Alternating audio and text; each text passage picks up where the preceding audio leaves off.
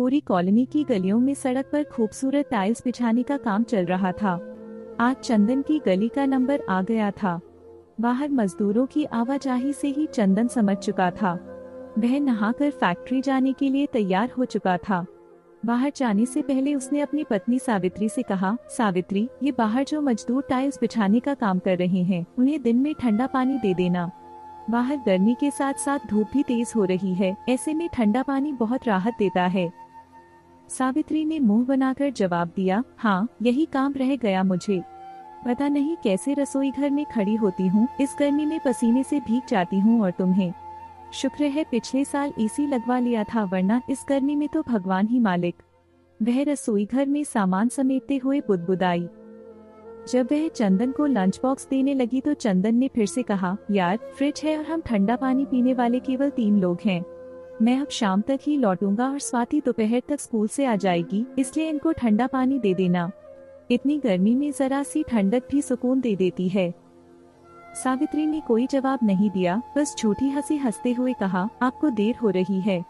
चंदन की फैक्ट्री जाने के चंद मिनटों बाद ही वह अपने कमरे को बंद करके एसी चलाकर लेट गई। आह, कितना आनंद आता है इस एसी में, वह सोच रही थी। अभी बमुश्किल 10 मिनट ही बीते थे कि लाइट चली गई और एसी बंद हो गया। उफ, कितना मजा आ रहा था। उसने इन्वर्टर में पंखा चलाया, मगर एसी जैसी ठंडक कहाँ मिलती। 10 मिनट बाद ही उसने गुस्से में बिजली दफ्तर फोन किया।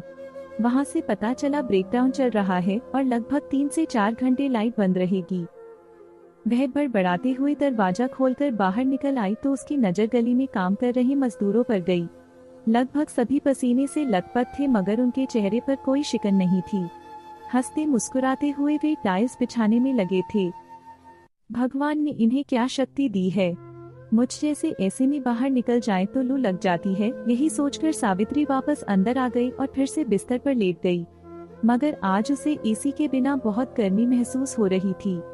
कभी कभी तो स्वाति स्कूल वैन से वापस आकर बेल बजाती तो उसकी नींद खुलती। घड़ी में लगभग 12:30 बज चुके थे। पंखे में भी उसे पसीना आ रहा था। वह फिर उठकर बाहर गई। दरवाजे पर खड़ी होते ही उसे अपना चेहरा लू से जलता हुआ महसूस हुआ। तभी उसने देखा कि कुछ मजदूर गोल घेरा बनाकर अपना अपना खाने का डिब्बा खोल रहे थे।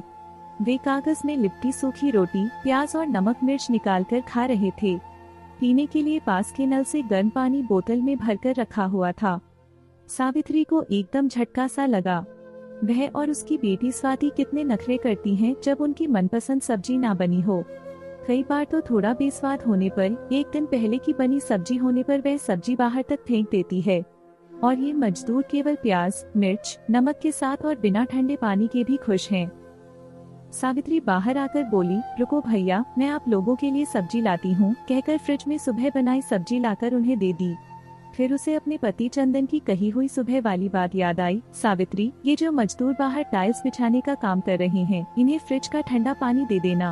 वह तुरंत अंदर गई और फ्रिज से ठंडे पानी की 2 बड़ी बोतलें लाकर मजदूरों को देते हुए बोली, लो, ठंडा पानी पियो। ठंडा पानी देखकर मजदूरों के चेहरे खिल गए। खाना खाने के बाद जब वे ठंडा पानी पी रहे थे तो उनके चेहरे पर बड़ी संतुष्टि झलक रही थी। तभी लाइट आने का होटर बजा और सावित्री अंदर कमरे में आ गई। लेकिन अंदर आकर उसने एसी चालू नहीं किया, बल्कि पंखा ही चलाया और स्वयं भी फ्रिज से 1 गिलास पानी निकाल कर पिया। पानी पीकर उसे ठंडक तो रोज महसूस होती थी, मगर जो संतुष्टि आज महसूस हो रही थी वह पहले कभी नहीं हुई थी। आपको यह कहानी कैसी लगी हमें कमेंट कर जरूर बताएं। इसी तरह की अच्छी कहानियाँ आप यहाँ पर पढ़ सकते हैं।